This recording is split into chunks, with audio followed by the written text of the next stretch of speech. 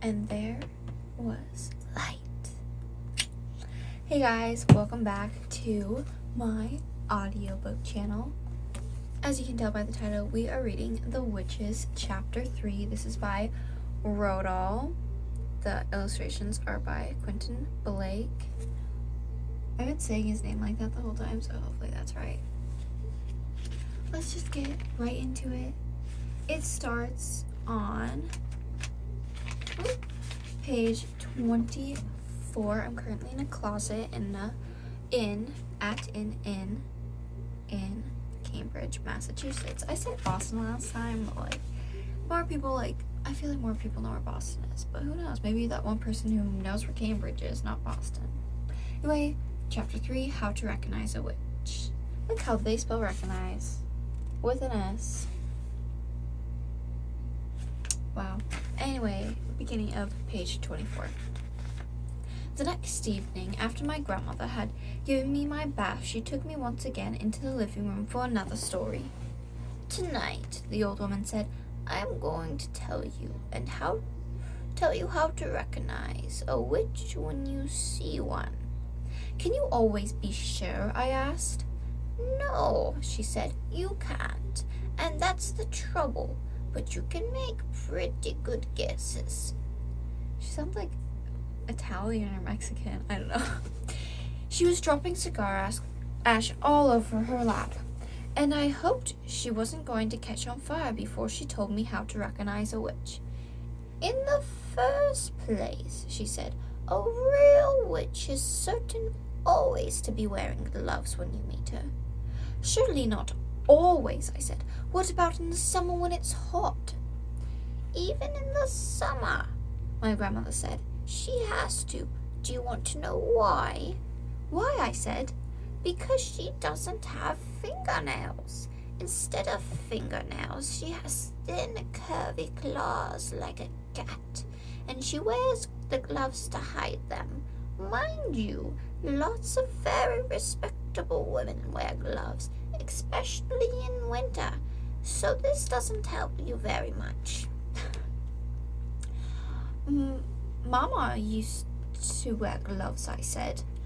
Not in the house, my grandmother said. Witches wear gloves even in the house. They only take them off when they go to bed. How do you know all this, Grandmama? Don't interrupt, she said. Just take it all in. The second thing to remember is that a real witch is always bald. Bald, I said. Bald as a boiled egg, my grandmother said. I was shocked. There was something indecent about a bald woman. Why are they bald, Grandmama? Don't ask me why, she snapped. But you can take it from me that there's not a single hair that grows on a witch's head. That's horrid. Disgusting, my grandmother said. If she's bald, she'll be easy to spot, I said. Not at all, my grandma said. A real witch always wears a wig to hide her baldness. She wears a first-class wig, and it is almost impossible to tell a real first-class wig from ordinary hair unless you give it a pull to see if it comes off. Then that's what I'll have to do, I said. Don't be foolish, my grandmother said. You can't go around pulling at the hair of every lady you meet, even if she is wearing gloves. Just you try it and see what happens. So that doesn't help much either, I said. None of these things is good on its own, my grandmother said. It's only when you put them all together that they begin to make a little sense. Mind you, my grandmother went on, these wigs do cause a rather serious problem for witches. What problem, Grandmama? They make the scalp itch most terribly, she said. You see, when an actress wears a wig, or if you or I were to wear a wig, we would be putting it on over our own hair. But a witch has to put it straight on her naked scalp, and underneath of a wig is always a very rough and scratchy. It sets up a frightful itch on the bald skin. It causes nasty sores on the head. Wig rash, the witches call it.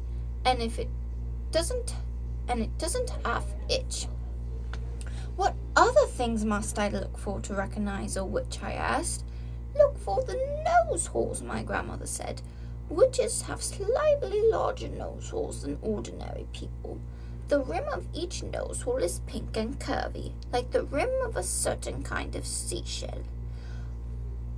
Why do they have such big nose holes? I asked. For smelling with, my grandma said. A real witch has the most amazing powers of smell. She can actually smell out a child who is standing on the other side of the street on a pitch-black night. She couldn't smell me, I said. I've just had a bath. Oh, yes, she could, my grandmother said.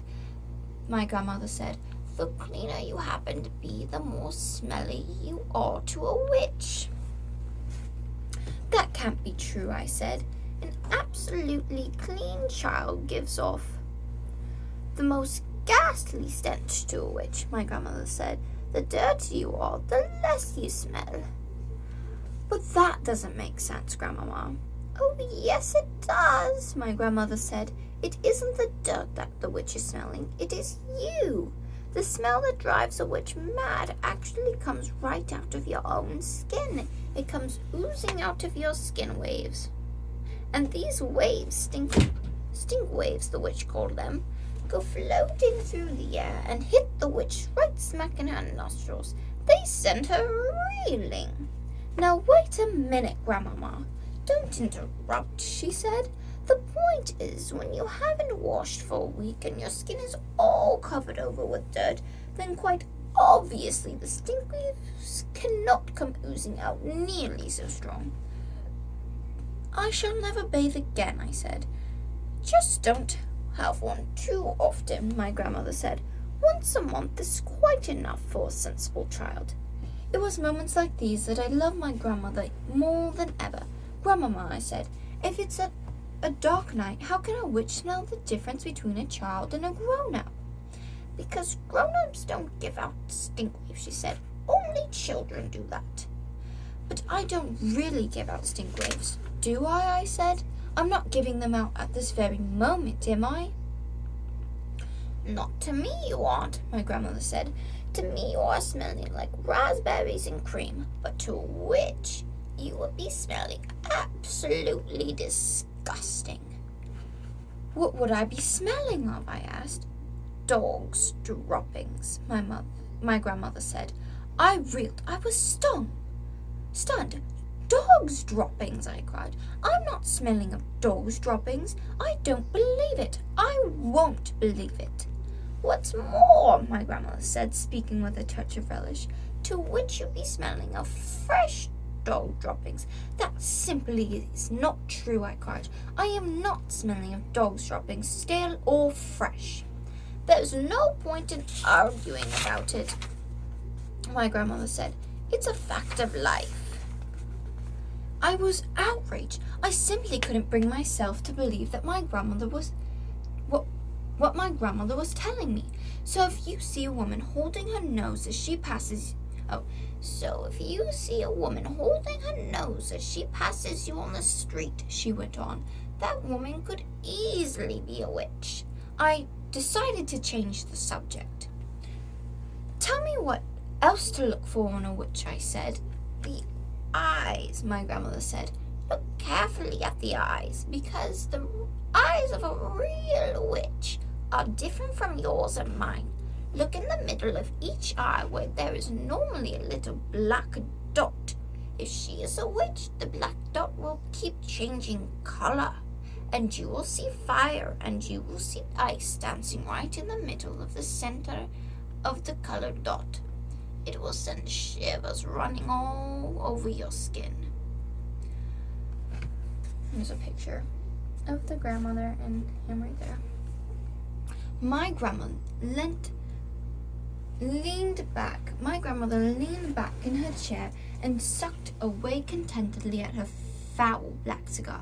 I squatted on the floor, staring up at her, fascinated. She was not smiling. She looked deadly serious. Are there other things? I asked her. Of course there are other things, my grandmother said.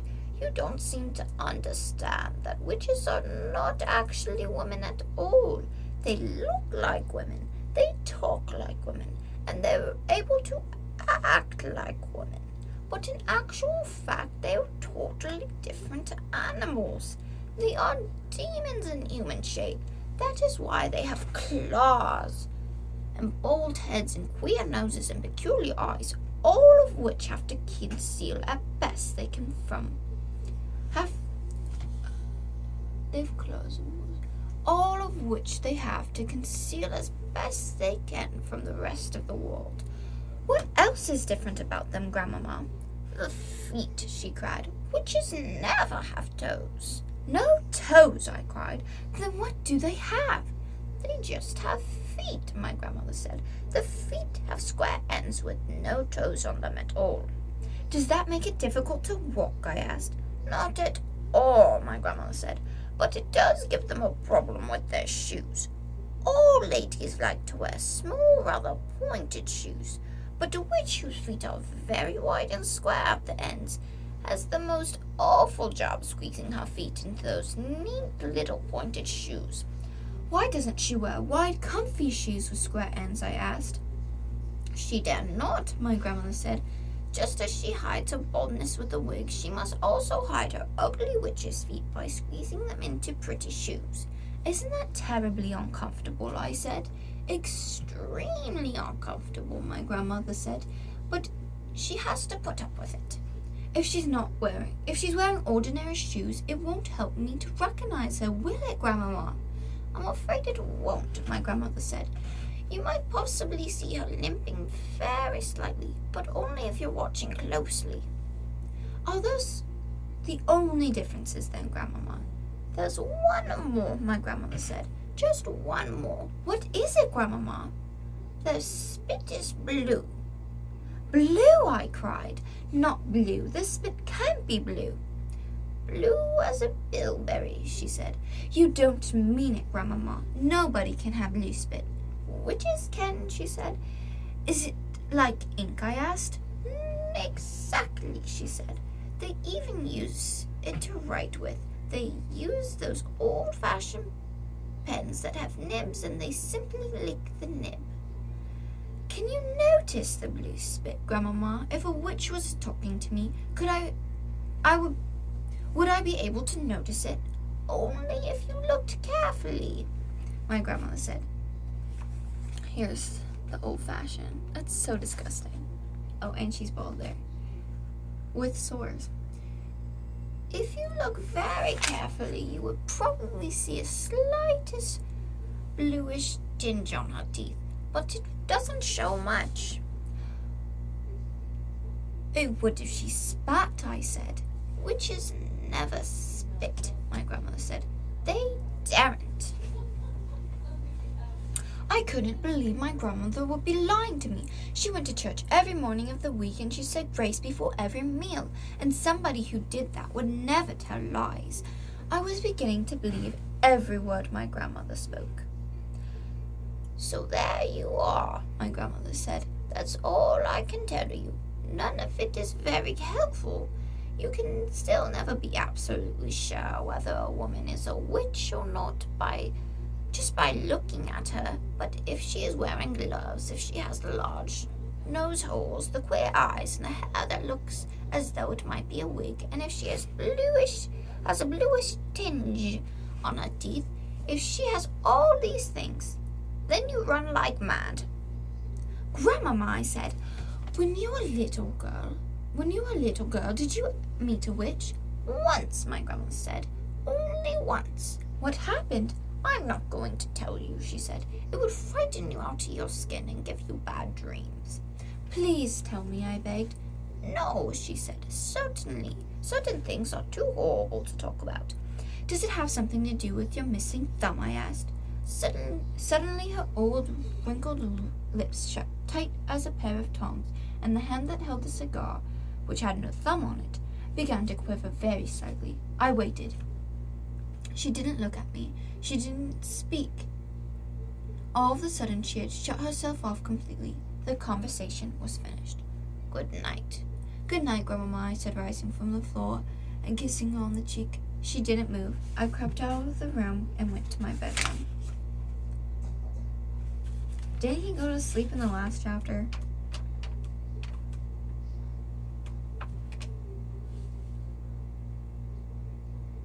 Oh. I guess not. I had the grandma talking a little bit faster in this one because she's going to be talking a lot, so I think her voice needs to be a little bit faster. But that's that. That was the third chapter of How to Recognize a Witch and this is The Witches by Roald Dahl with the illustrations by Quentin Blake again.